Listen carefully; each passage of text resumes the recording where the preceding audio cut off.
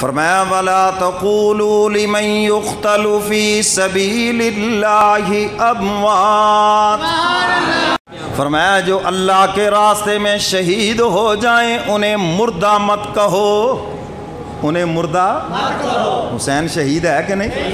سیدہ شباب اہل الجنہ، میرے محبوب فرماتے ہیں حسن اور حسین جنت کے جوانوں کے سردار ہیں، جنت کے جوانوں کے سردار ہیں۔ وہ تو جنت کی نعمتوں کے مزے لوٹ رہے ہیں، تیری شکنجوی سے کوئی سروکار نہیں، تیرے اس کھانے پینے کے جو پروگرام سے ان کا کوئی سروکار، وہ تو جنت کے مزے لوٹ رہے ہیں۔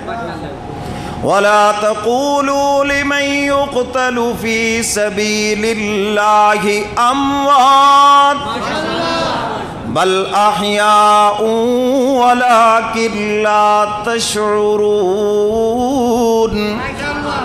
بلکہ وہ زندہ ہیں اور تمہیں ان کی زندگی کا شعور نہیں ہے۔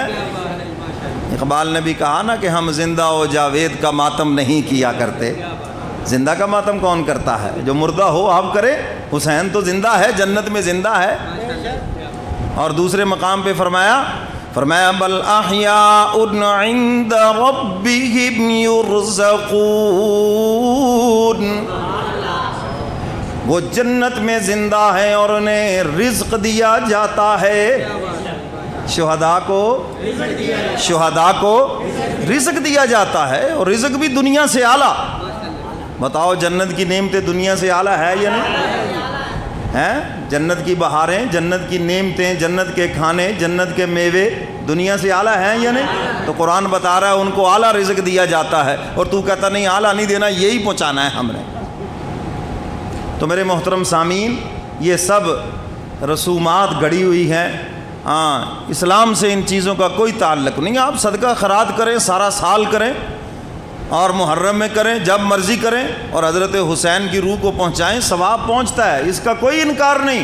لیکن یہ کہنا کہ بعین ہی وہ چیز پہنچتی ہے، وہ بھوکے پیاسے، اور آج تک بھوکے پیاسے، یہ قرآن کا انکار ہے۔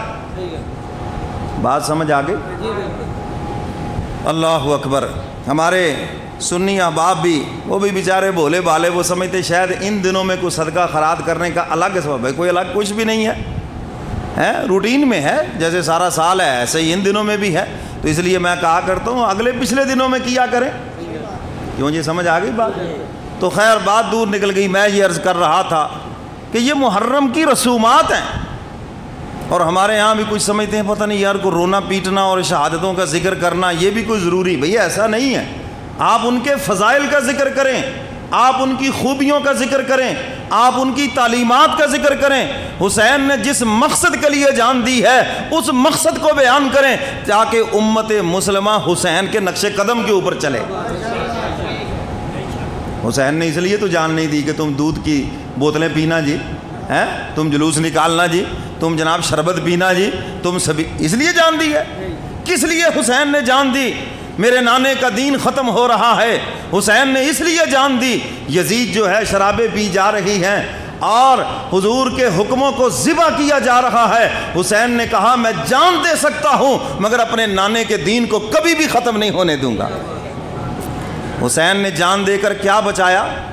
دین۔ جان دے کے کیا بچایا؟ دین۔ حسین نمازی تھا، تو آج جو نمازی ہے وہی حسینی ہے۔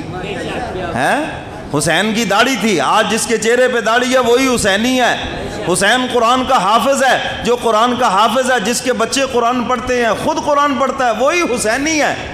حسین سچا ہے، جو سچ بولتا ہے وہی حسینی ہے، اور جو دین کے اوپر چلتا ہے۔ نانے کا دین بچانے کے لیے حسین میدان میں آئے اور جان کا نذرانہ پیش کیا۔ جو دین کے اوپر چلتا ہے، دیندار ہے، وہ حسینی ہے، اور جو دین سے دور ہے وہ یزیدی ہے۔ وہ کیا ہے بھائی؟ یہی تو لڑائی تھی، اور لڑائی کس چیز کی تھی؟